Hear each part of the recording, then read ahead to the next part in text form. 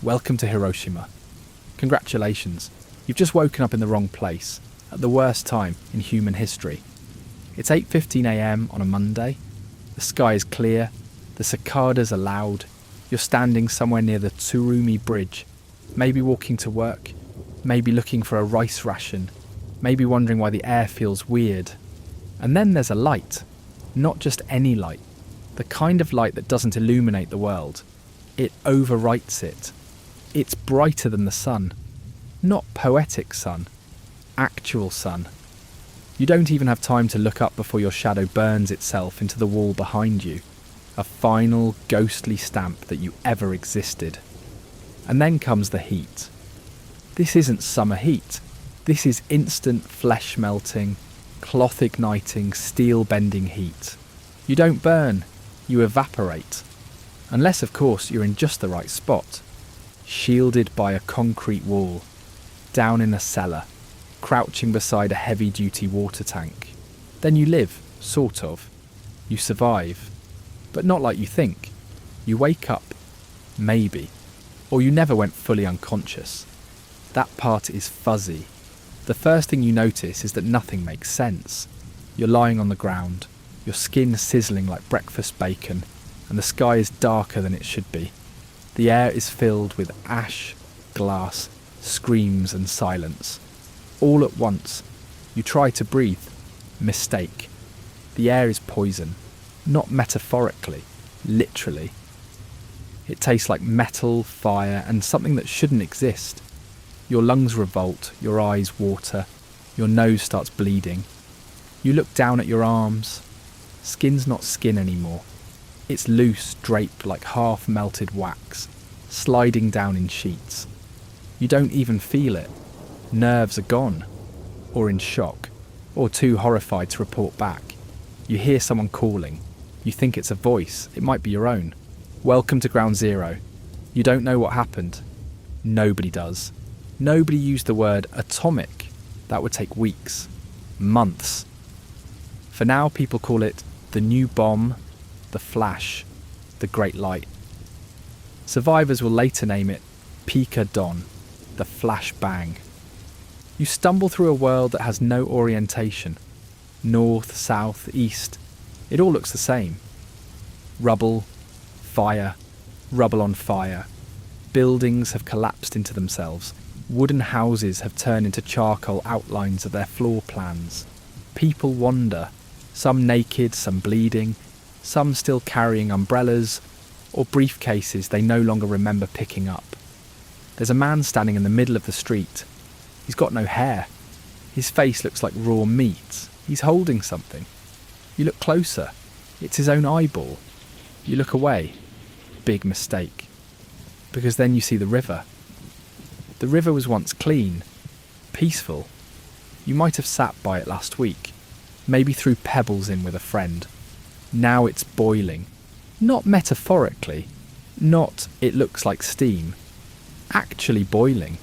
There are people in it, trying to cool the burns or already dead. You can't tell. The banks are lined with the half-dead and the hopeless. Their skin is blackened, their clothes are gone, their mouths open and close, trying to ask for water, trying to understand what the world has become. One woman hands you her baby. You look down. The baby is a bundle of cloth and bones. It's not breathing. You look up to tell her, but she's already walking away. Or maybe she's blind. Here's something nobody talks about. The noise. At first there is none. Just ringing. Your ears are broken. Sound takes a while to come back. But when it does, it's chaos. The fire crackles, people scream. Somewhere a building collapses, but it sounds like a whisper compared to the roar of the wind that followed the blast. Yes, the bomb-made wind, not just a breeze, a hurricane. A wall of force that flattened miles of city in a second. Trees bent backward, bricks launched like bullets. You didn't see it happen, but you see the aftermath. Chairs embedded in walls, nails driven through wood like toothpicks.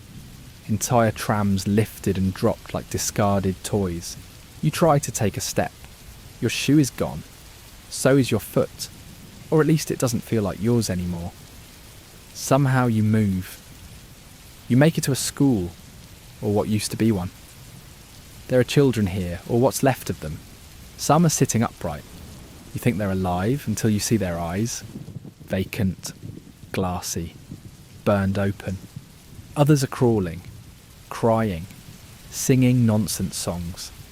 One boy keeps repeating, "Peek-a-don, peek-a-don," like a broken record.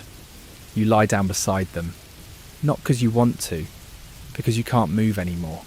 Your muscles are shutting down. Your blood has decided it has better places to be. You vomit, but nothing comes up. Your stomach is too traumatised to function. And then rain. Ah yes, the infamous black rain. It looks like salvation.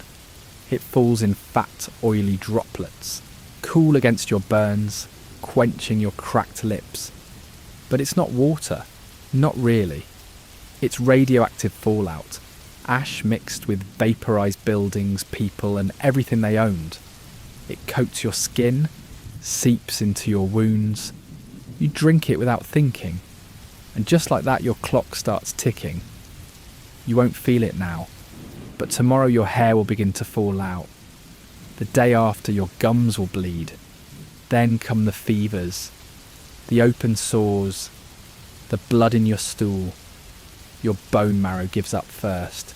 You'll die within the week, if not sooner, if not right now. Let's say somehow you lived. Not well, not whole, but you're standing, breathing. Your skin is cracked like over-baked clay. You've got no shoes, your hair is falling out in tufts, and your insides feel like they've been put through a blender set to regret. Still you're alive. And now comes the hard part, survival. Because as it turns out, not dying instantly is just the first level. And unfortunately for you, this is one of those games where the difficulty keeps ramping up until you wonder if the loading screen was the happiest part. You walk because there's nothing else to do. The city you once knew is gone, not ruined, erased. Streets are unrecognisable. Landmarks, vaporised. You pass where your house used to be. There's a crater, a few blackened tiles, a bicycle melted into the road like some cursed art installation. You call for your mother. Nothing. You shout for your brother. Silence. You whisper for the neighbour who always offered you pickled radish in summer. The only answer is the groan of shifting debris and the distant howl of someone still burning. And then you see something strange. A figure. Not walking. Crawling. They're missing a jaw. Just gone. But their eyes are locked on you. Not pleading, not angry. Just confused. Like they can't quite understand what happened. Like they're waiting for someone to explain it all. But no one can. Not yet. Eventually your legs betray you. You collapse under a scorched pine tree that somehow survived. You breathe. Each inhale tastes like metal. Your nose bleeds again. A boy sits next to you. Maybe 12, maybe 40. Hard to tell. His skin is burnt, but he's quiet. His hands hold something small. A marble? No, a tooth. His own. You don't ask. He looks at you and says nothing. But in that look is an entire language. One you both suddenly speak. The language of the after. After the fire. After the light. After the world ended. You're not friends. Not yet. But you are the same species now. Hibakusha. The bombed. 3 hours later a breeze picks up. It carries the stench of Hiroshima's death. The unmistakable combination of charred hair, burned oil, blood and boiled sewage. You try not to gag. Your body is too dehydrated for the luxury of vomiting. You reach for your bag, then remember you don't have one. You reach for your watch. Gone. You reach for your name, and it takes longer than it should to remember it. Trauma does that. You are now a ghost haunting your own skin. As the day crawls on, rescue teams arrive, or what passes for them. Young men in dusty uniforms, some medical students, some soldiers, many just villagers who heard a new kind of thunder and came running. They carry wet cloths, buckets, a few bottles of iodine. They look at you. Some flinch. Others hand you a piece of cloth soaked in ash and say, "Press it here." You're not sure where "here" is, so you just hold it against your cheek and pretend it helps. Someone wraps a gauze around your arm. It sticks immediately. You don't know if it's helping or sealing the burn in like a marinade. A nurse pats your head, says, "You're lucky." You want to laugh or scream, but your throat makes a sound like a rusted gate and nothing else. Night comes, or at least something resembling it. The fires still burn. Smoke rises like mourning spirits. Ash falls like snow.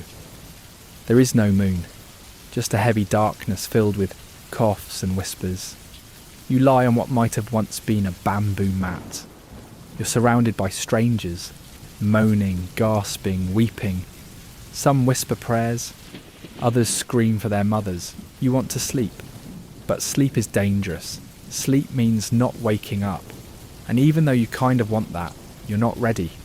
Not yet. So you lie there, watching the shadows flicker across broken walls. Somewhere a woman sings an old lullaby. The song is about home. You weep. The tears come out red. By morning the blisters begin. Your skin bubbles like boiling miso. You can barely move. Every touch feels like being flayed. You try to scratch and realise your fingernails have loosened, dangling like cracked shells. You ask for water. Someone hands you a ladle of black rain they collected in a tin pan. You drink it. You're now radioactive inside and out. Somewhere nearby someone vomits. Another person screams and it ends suddenly. Too suddenly. You don't look. You don't want to see the body. You've seen too many. Let's talk about hospitals, or the idea of them. The actual hospital in Hiroshima. Destroyed, flattened. The doctors, dead. Nurses, burned alive. The new hospital is wherever someone finds space. A school, a church, a half-collapsed tea shop. You're taken to one finally. You lie on a straw mat. There are no syringes, no morphine, no antiseptics. The doctor sees you. His eyes are glassy. His hands shake. He takes your temperature with a crack thermometer and says, "Rest." That's it. No bandages, no answers. Just rest. In the days that follow, the city starts to take shape again. But it's not a city. It's a funeral. Wooden signs mark the dead. This was Yuki. Here lies Takashi. Unknown child, age 3. Bodies are cremated in bulk. The air smells of incense and horror. You see a pile of sandals near a temple and realise they're all left behind by the dead, lined up neatly, as if they'll come back for them. They won't. You whisper your name aloud again, just to prove you exist. You don't recognise your own voice. Then come the Americans, not bombers, medics, scientists, photographers. They ask you how you feel. You say, "I don't know." They nod, they poke, they produce, they take notes.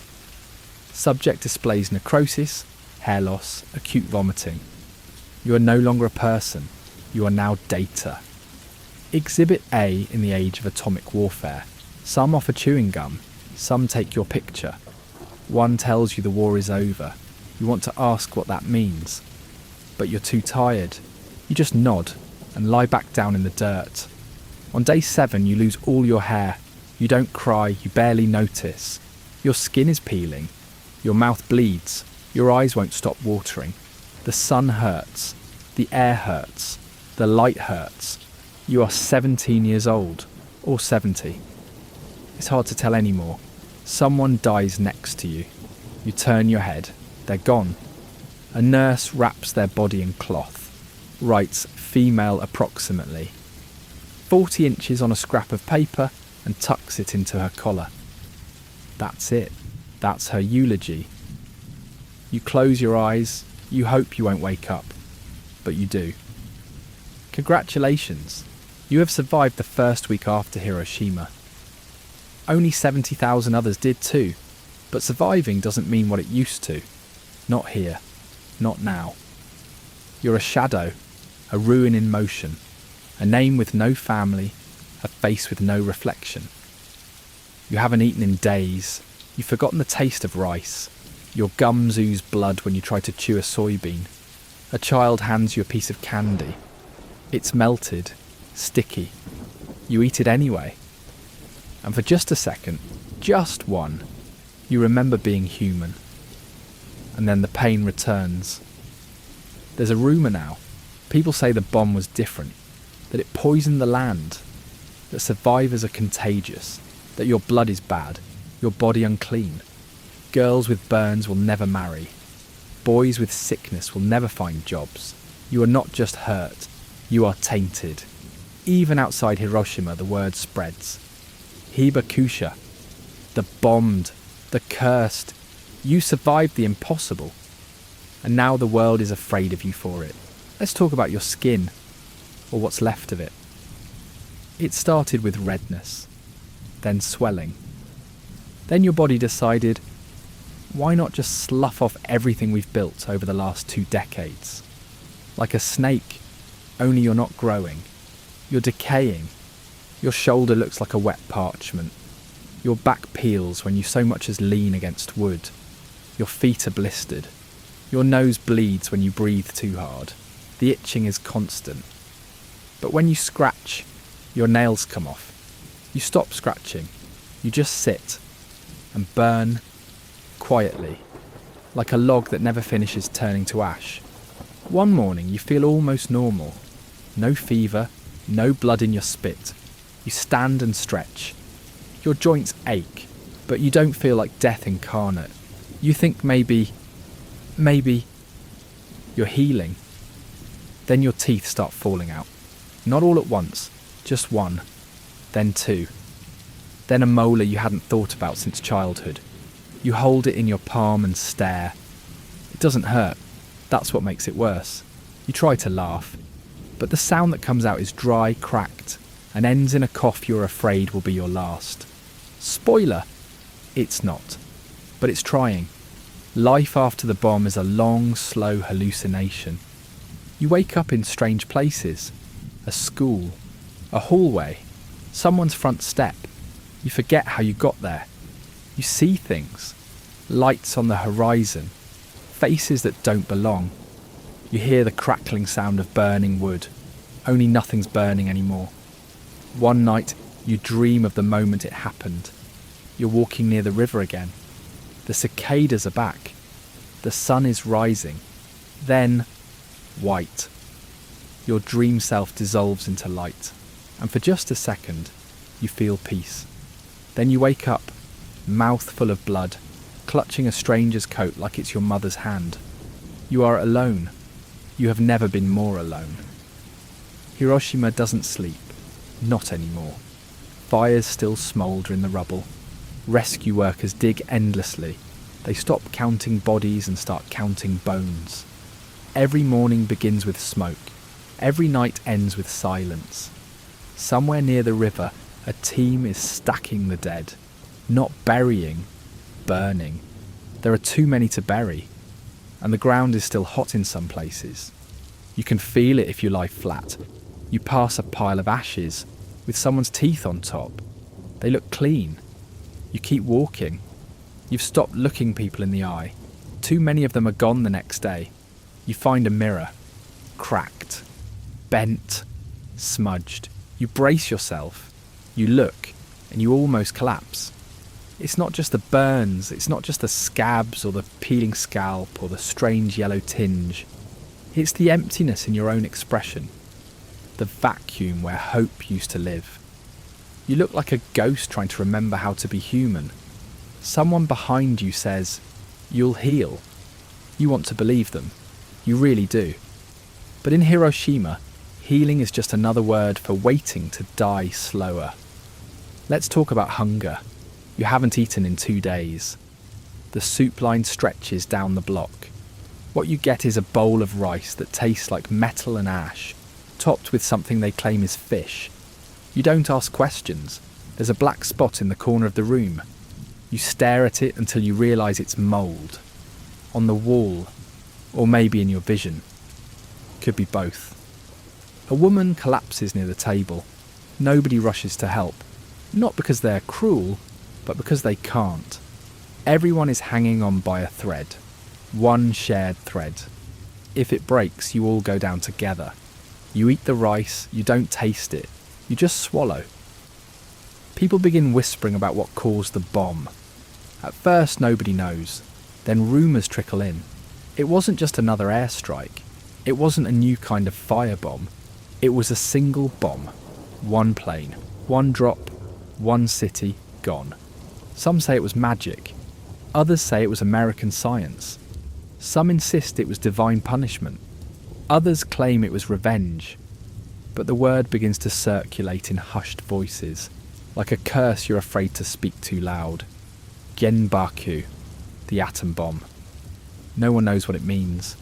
Not really, but they all feel it, because the thing no one told you is that the bomb didn't stop after the flash.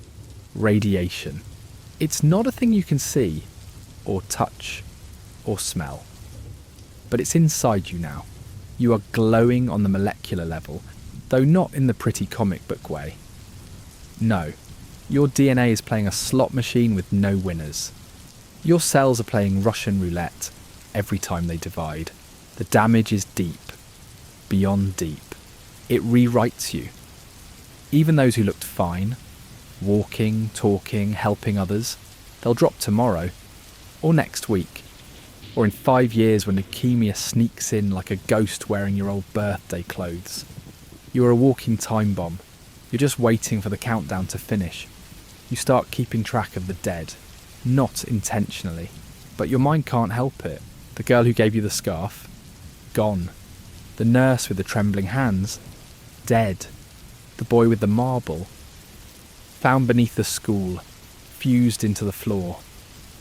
You don't cry anymore, not because you're numb, because it feels disrespectful, like tears aren't enough, like no amount of crying could match what the city has become. So you stare, and you remember, and you go quiet. There are no loud people left in Hiroshima. Then comes the paperwork. Government agents show up with clipboards. They ask your name, your age, where you were during the blast, what symptoms you've had. You tell them. They write it all down. They take your photograph. They give you a tag, an ID number. You are officially a hibakusha now. This comes with exactly no benefits. Just stigma. Later people will avoid marrying you. Employers will avoid hiring you. Landlords will avoid renting to you, because nobody wants to be too close to someone who glows on the inside. One afternoon it rains again. You sit under a bent telephone pole and listen to the drops. It smells clean. You almost cry. Then you look down and see the rain is black again. Thicker this time. The ground sizzles where it hits. You stand up and walk until you can't see the rain anymore. Which is easy because your vision is starting to blur, like a camera that's had its lens burned. You blink, but it doesn't go away. You whisper to yourself, I don't want to go blind. The rain whispers back, too late. The Americans drop leaflets. They say they had to do it. They say it ended the war. They say it saved lives. You look around at the skeletal remains of your city, at the people with melted hands, at the empty beds where children used to sleep, and you wonder, whose lives did it save? You don't hate them. You don't have the energy. You just feel hollow, and somehow that's worse. Congratulations. You've made it 1 month after the bomb. Your skin has stopped peeling, because there's not much left to peel. You sleep under a tarp with 8 other people. Your ribs stick out like angry fingers. Your teeth ache constantly. Your urine smells like iron. You have not seen your reflection in weeks. You hear a woman whisper to her daughter, "We're lucky to be alive." You close your eyes. You think about what that word, lucky, even means anymore. Let's talk about the children. If you thought the adults had it bad, well, yes, they did. But children, they were a different tragedy. Some lost their families, others lost their skin, their hair, their memories. Some just stopped speaking. You pass a group of kids in what's left of a park. They're playing with something. At first it looks like marbles. You lean closer. It's teeth. They're playing jacks with molars. No one stops them. No one says it's wrong. Because honestly, what else do you expect them to do? The orphanage was once a school. Now it's a building with half a roof and no floorboards. Dozens of children sleep side by side on cloth sacks and wood slats. They don't cry anymore. They whistle. Human. Rock slowly. One girl sings lullabies to herself in a language you don't recognise. She has burns on her arms. When she scratches them, she doesn't even wince. She just watches the skin flake off like dry clay. You ask the nurse her name. The nurse shrugs. She came in alone, no papers, doesn't speak. They've started calling her Yami. Darkness. You try to help. You really do. You carry water. You sweep ash. You sit with people as they die. You write their names when they can't. You whisper prayers. But every act of kindness feels like taping over a dam leak with wet newspaper. Nothing holds. Not when the sickness keeps spreading. Not when the government sends more clerks than doctors. Not when the survivors are treated like expired products. Pitied, studied, avoided. You're not a hero. You're a casualty still standing. I'm a walking medical curiosity with a soft voice and shaking hands. You begin to wonder if there's a difference between surviving and simply not being dead yet. News travels slowly. You hear whispers of Nagasaki. Another bomb. Another city. Another sunrise that turned into an apocalypse. You want to scream. Not at them. Not at the bombers. Just into the sky. Into the vacuum that seems to have replaced God. But your voice is too tired. It comes out like a cough. A gasp. You sit down in the ruins of what used to be a bakery and try to remember the taste of red bean buns. All you remember is the crunch of ash. Some people leave Hiroshima, the ones who can, the ones with relatives in the countryside, the ones who weren't too exposed. You watch them board trains, bandaged, quiet, holding bundles of possessions that smell like fire. You stay. Why? You're not sure. Maybe because there's nowhere else. Maybe because you think you can help. Maybe because you're afraid that even if you ran, the sickness inside you would catch up. Maybe because you've started to believe that this ghost town is the only place where people like you still belong. A man shows up in uniform. Japanese. Army. He hands out slips of paper. You're told to come to a medical station. A new one. They're testing treatments now. You show up. You wait in line. You feel like cattle. They take your blood. They poke your ribs. They ask, "Have you noticed bleeding from the eyes?" You haven't. Yet. You sit in a hallway next to a man whose arm has turned black. He tells you he's fine. He's not. He dies 2 hours later in the chair. No one moves the body for a while. The nurses are out of stretchers. You dream of before, not the bomb. Further back, your sister laughing under the cherry blossoms. Your father shaving in the morning light. Your mother wiping rice off your chin while scolding you for eating too fast. It hurts, not because it's gone, but because it feels like someone else's life. You wake up crying. Your tears sting. Your eyes are infected. A medic gives you ointment. You ask what it is. He says it might help. You don't ask for more. Weeks pass, then months. Hiroshima slowly stops being a wound and becomes a scar. Some streets are cleared, shops reappear, someone puts up a lantern in a window, someone else lights a stick of incense every morning. The city breathes again, but it's not the same breath. It's shallower, cautious, tinted with ash. You attend a memorial service. The priest stutters through the names. The list is too long.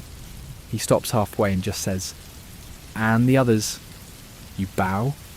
You close your eyes. You whisper your name under your breath just to remember you're not one of them. Not yet. You see a couple holding hands. They're both burned. Badly.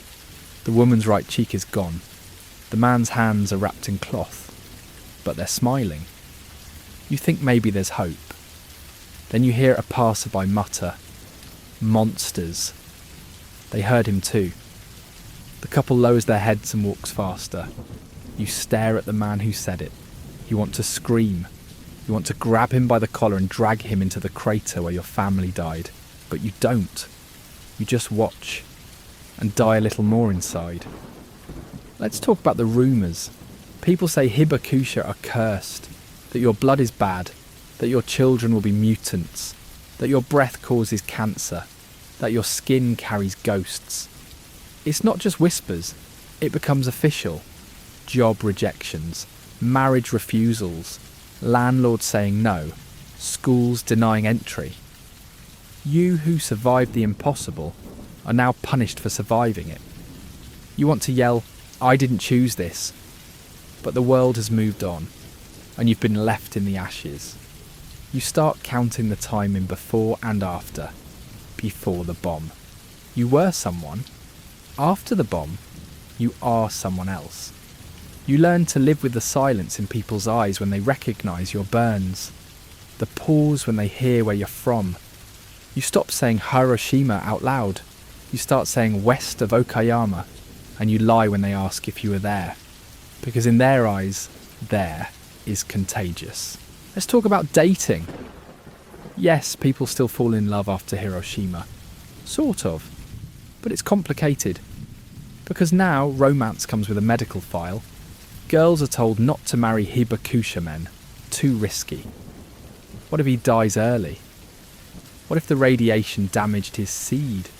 Men are told not to marry Hibakusha women. Definitely too risky. What if the baby comes out wrong? What if she's barren? What if she's cursed? You meet someone. She's kind. Burned across the shoulder, but her eyes still smile. You walk together. Share a bowl of miso. Talk about old songs. You think it could become something. Then she asks, "Were you there?" You nod. She goes quiet. You never see her again. Some people try to rebuild. They stack bricks, hammer boards, paint signs. One shopkeeper paints "We Are Alive" on a wooden door and hangs it from a nail. It becomes the most beautiful thing you've seen in months. You help clean rubble, plant rice, patch walls. But the earth isn't kind. Rain brings more black water. The crops come in twisted. The fish from the river taste bitter. Children who were born after the blast start coughing. Some never stop. You're not rebuilding a city. You're trying to stitch together a ghost. And the ghosts are real. You see them at night. A little boy at the river's edge, pointing at the water with a finger that isn't there. A woman walking through a burned-out market, asking where her baby is. A man standing in the rubble of his own home, still knocking on the front door. Maybe they're memories. Maybe they're trauma. Maybe they're you, 10 years from now, walking in circles around a life that ended the moment the flash appeared. You stop trying to explain it. You just bow your head when you pass them. Because whatever they are, they hurt less than the silence of people still living. Let's talk about jobs. You want one. You apply. You say all the right things. They smile, nod, then ask, "Where are you from?" You lie. Outside of Kobe. They check your documents. You forgot to change your address. They smile less now. "We'll be in touch," they say. You walk home through a city that still smells like history and failure. You pass kids begging for rice. You pass soldiers looking away. You pass a man who used to teach piano, but now digs ditches for bones. You stop at a bridge and stare at the water, not thinking about jumping, just remembering. That same river boiled with corpses once, now it's clear, but you still won't drink from it. Time moves strangely. A year passes, then another. You don't get better. You just get used to it. The pain is background noise. The scars become your face. The stares become wallpaper. You make tea. You boil rice. You fold laundry. You do what people do. But some mornings you wake up and find your pillow soaked in blood from your gums. You stand too fast and black out. You see stars, then remember you live in a city that once became a star. You visit a memorial. It's small. Just a stone and a few paper cranes. A boy stands beside you. He's maybe 10. Holding his mother's hand, he asks, "Is this where the bomb fell?" She says yes. He asks, "Why?" She doesn't answer. You want to step in, to say something meaningful. But what can you say? We were the unlucky ones? Because war eats people like candy? Because someone wanted to see what would happen? You kneel and leave a flower. It wilts before sunset. Some nights you dream in reverse. You dream of the moment the bomb fell. Backward. The light shrinks into the sky. The fire returns to the ground. The buildings stand up. The skin returns to your bones. The people who burned are suddenly whole. Your parents are there. Your sister. Everyone is laughing. Rice is cooking. The cicadas sing again. You smile. Then wake up alone. In a city that will never be the same. You hear about a peace movement. Some survivors are travelling to Tokyo, telling their stories, speaking to students, journalists, lawmakers. You want to go? You write your story, you practice it aloud, then you stop halfway through. Because you realise something. You don't want to remember. You don't want to describe the sound people make when they burn, or how skin smells, or what it looks like when a child's face liquefies in the heat. You want to forget. But forgetting is a luxury you never signed up for. So you fold the paper and cry, and keep it in your pocket like a letter you'll never send. There are new buildings now. They say Hiroshima will be a city of peace. You smirk when you hear that, because peace is a funny word when your stomach still turns every time you hear a loud bang. You attend a peace ceremony. The Prime Minister gives a speech. Cameras flash. Doves are released. You wonder if any of them know what really happened. You wonder if they'd believe it if you told them. You bow anyway. You place a paper crane. You close your eyes. And for a moment, you feel the wind shift. Not warm, not cold. Just clean. You thought the sickness would go away. Eventually. Like a cold. Like grief. Like smoke from a fire that finally burns out. But years pass. And it stays. The bleeding gums. The fatigue. The dizziness. The little bruises that appear for no reason. The nosebleeds. The constant quiet ache in your bones that no doctor can explain. Because even the doctors are still learning what the atom bomb did to you. They call it radiation sickness. But it doesn't feel like sickness. It feels like haunting. Some survivors get married. Some even have children. You attend one of these weddings. It's small, sweet. The bride has burns down her left side. The groom limps. They smile like people who know exactly how temporary everything is. You sit in the back. Someone hands you a rice ball wrapped in seaweed. You take a bite. It tastes normal. And for 5 seconds, you're not thinking about death. You're not thinking about sickness. You're just chewing. Just watching two people who made it. But then the baby starts crying. And it all comes rushing back. Because you've seen too many babies die already. You get a job. It's not much. Just organising files in a dusty office that still smells like old smoke and mothballs. No one asks where you're from. You're careful not to mention it. You keep your sleeves long, your hat low, your voice soft. One day someone asks about your hands, why they look like wax, why the knuckles are swollen. You smile and say, accident. They nod. They believe you. You both know it's a lie, but lies are softer than truth. And truth makes people uncomfortable. You find the courage to visit your childhood neighbourhood. or what's left of it. There's a playground now where your house used to be, a swing set, a slide. You stand at the edge and watch children play where your sister died. One boy falls and scrapes his knee. He cries, his mother picks him up, hugs him tight, and kisses his forehead. You remember your mother doing the same thing. You turn away before they see your tears. They don't need to know who you are. They don't need to know the ground beneath their feet once screamed. The nightmares change. At first, it was fire, then ash.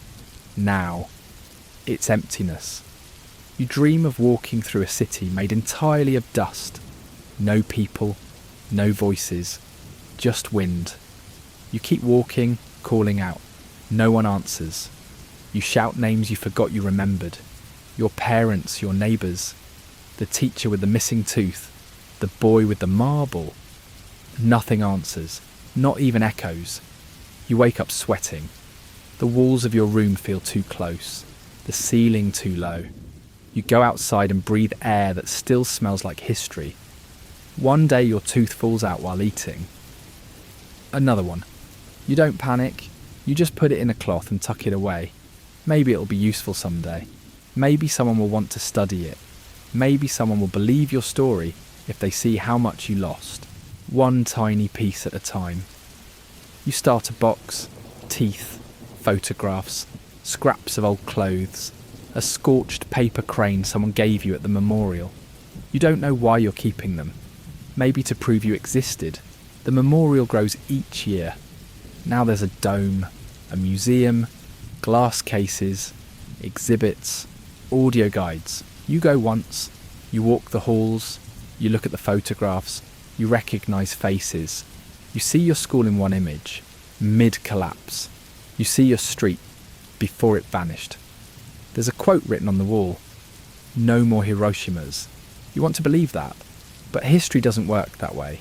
History forgets, repeats, apologises, and then does it again in a different accent. You sign the guest book anyway. You write just your initials, then leave.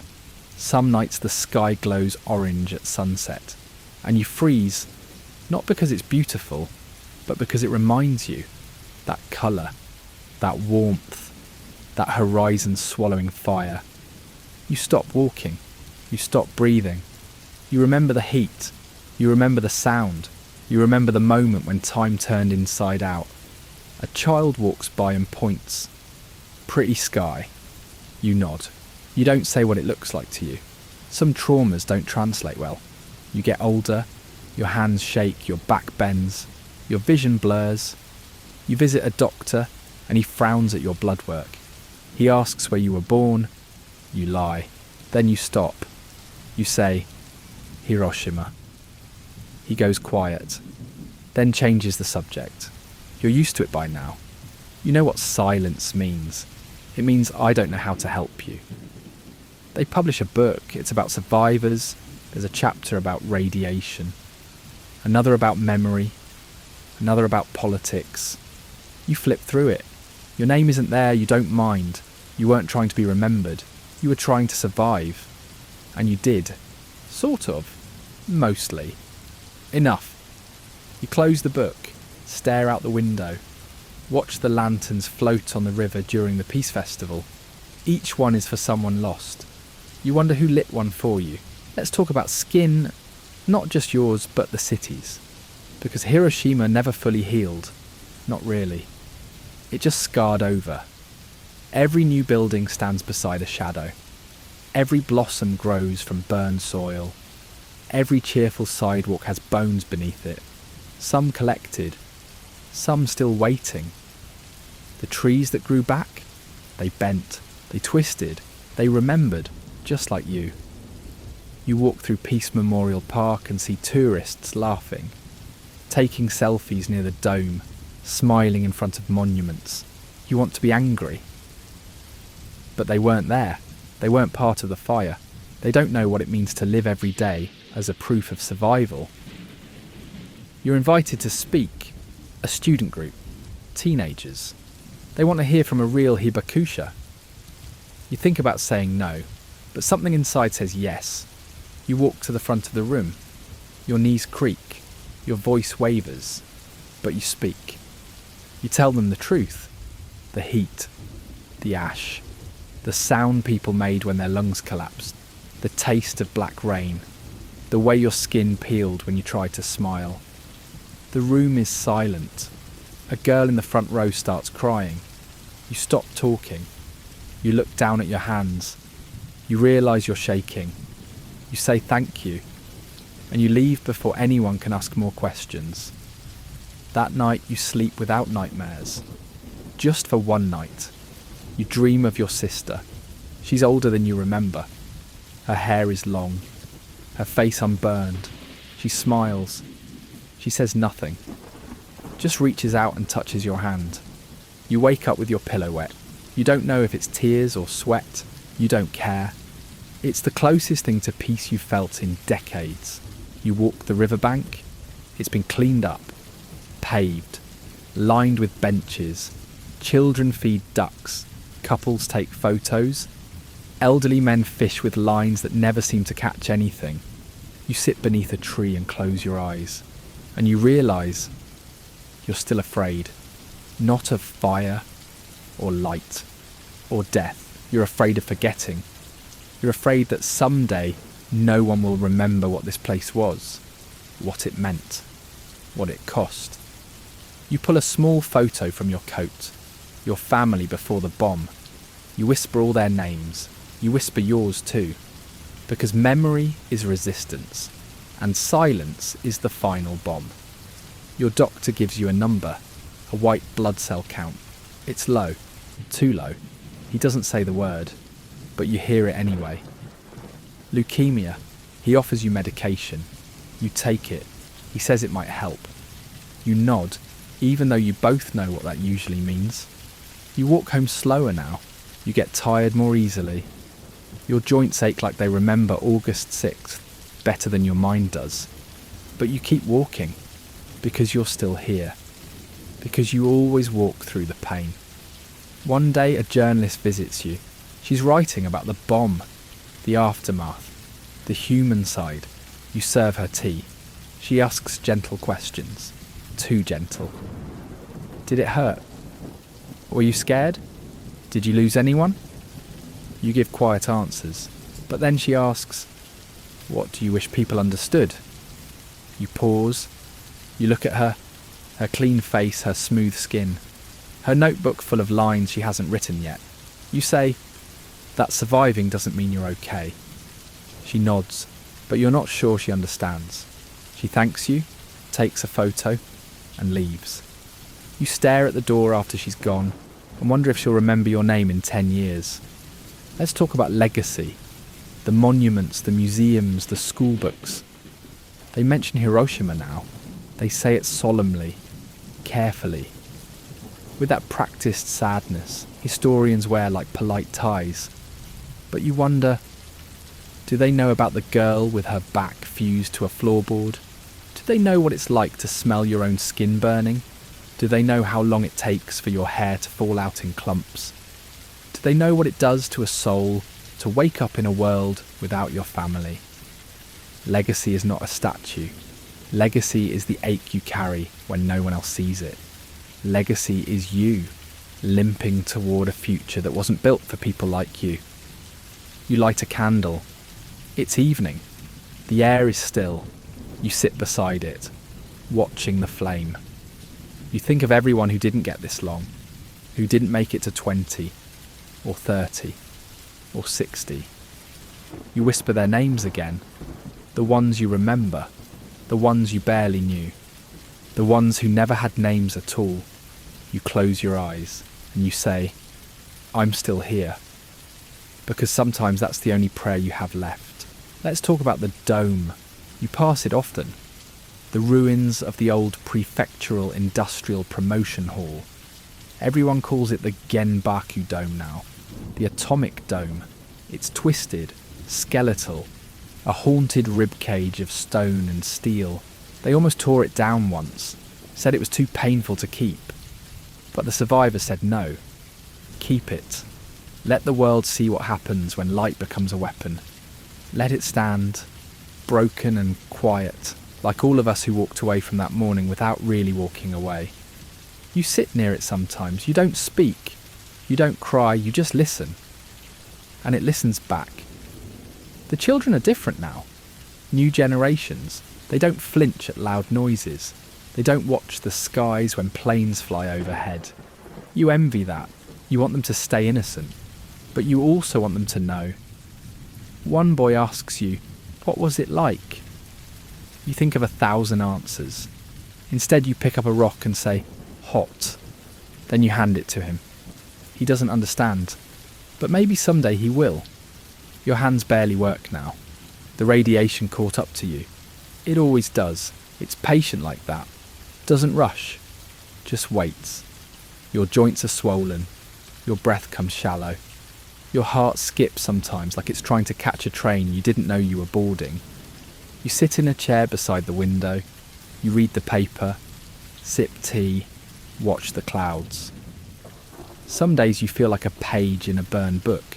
Still technically there, but unreadable. But you're not gone yet. And you haven't been forgotten. Not completely. They send you a letter. You've been selected to receive an official apology. It comes with a medal, a ceremony, a speech by someone who never lived in your shoes, but speaks like they borrowed them for the day. You attend. You wear your old coat, your cleanest shirt, your body wrapped in quiet rage and polite gratitude. The speech is nice. The apology is rehearsed. The medal is heavy. You say thank you.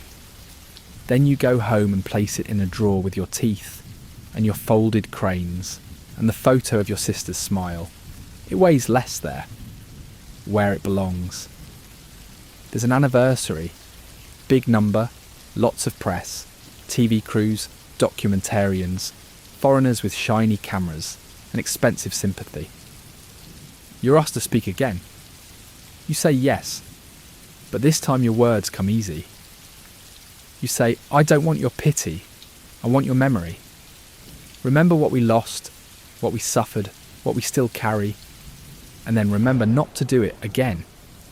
They applaud, but applause is loud, and loud still hurts. The last time you walked by the river, it's spring. Cherry blossoms, they fall like snow. Soft where pale, almost apologetic. You reach out and catch one on your palm. It lands gently on skin that remembers fire. You smile, not because you're happy, but because this place still blooms, even after everything, even after you. You sleep more now.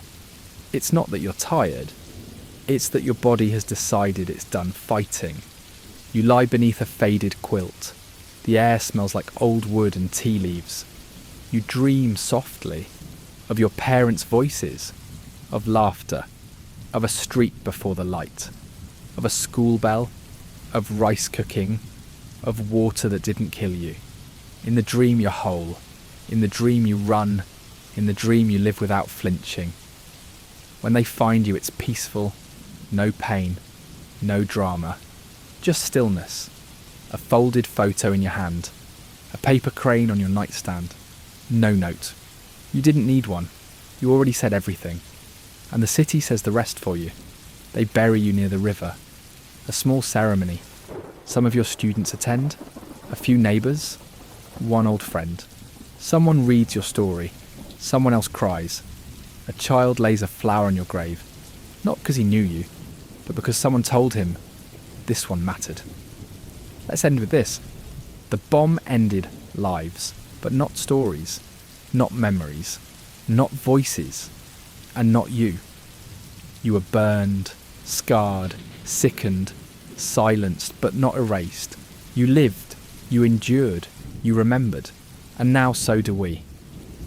Thank you for walking this long road with me. Sleep well tonight. You've earned it. Good night.